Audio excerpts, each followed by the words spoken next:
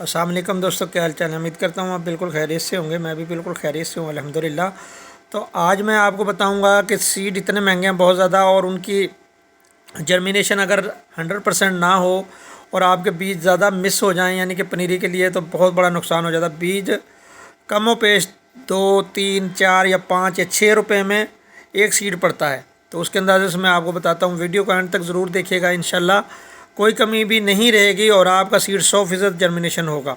तो दोस्तों वीडियो को शुरू करते हैं। ये देखें, इस तरह आपने रोटावेटर से ज़मीन को बारीक करवा लेना है, और उसके करवाने के बाद आपने उसमें बेड बना लेने हैं 2 या 3 फुट के, और उनके ऊपर इस तरह इस लकड़ी से लाइनें लगा लेनी है, ये जिस तरह लगाई जा रही हैं।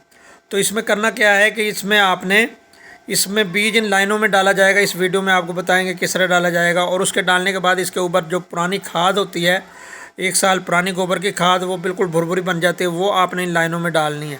तो वीडियो में आपको मुकम्मल बताया जाएगा जी इंशाल्लाह सीड किस तरह डालना है, गोबर की खाद किस तरह डालनी है, और इस पर पराली जो है वो किस तरह डालनी है, और पानी उसके ऊपर किस तरह लगाना है। उस पराली के ऊपर आपने शावर से पानी लगाना है, और पानी ऐसा लगाना है कि नीचे मुकम्मल नमी पहुंच जाए सीड तक। तो ये आपने देखना है कि आपके सीड को पानी इतना लगाया जाए कि वो तकरीबन 8 से 10 दिन तक पानी के अंदर, यानी कि नमी रहे, सीड को मिलती रहे। और इस तरह केरा करना है जी। ये देखें, आपको बताया जा रहा है, ये केरा आपने इन लाइनों में करना है, और इसके ऊपर ही गोबर की खाद डाली जाएगी।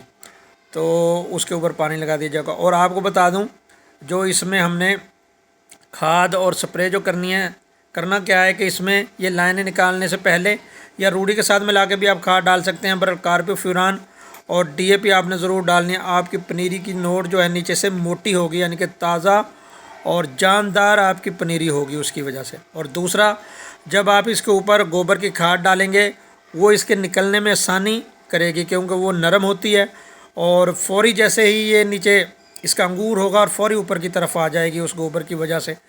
और तीसरा क्या करना है, 10 दिन या 5 दिन के बाद आपने बाइफेंथ्रिन की हल्की सी स्प्रे करनी है, और उसके 2-3 दिन बाद आपने फंगीसाइड यानी कि टाप्सोनम और रिलेट की स्प्रे करनी है, हल्की सी बिल्कुल।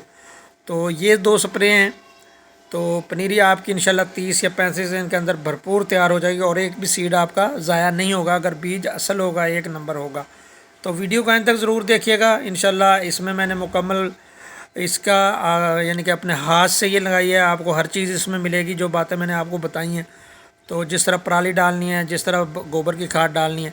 तो अगर वीडियो अच्छी लगी हो तो लाइक कीजिएगा, शेयर कीजिएगा, और नए आने वाले मेरे चैनल को सब्सक्राइब ज़रूर कीजिएगा। और अगर कोई बात रह गई हो या मुझसे ना हो पा रही हो तो आप बता भी सकते हैं कमेंट्स में। अगर आपको ना पता लग रहा तो आप कमेंट्स करके मुझसे पूछ भी सकते हैं। तो मुझे दीजिए इजाज़त। अल्लाह हाफ़िज़। अस्सलाम वालेकुम जी।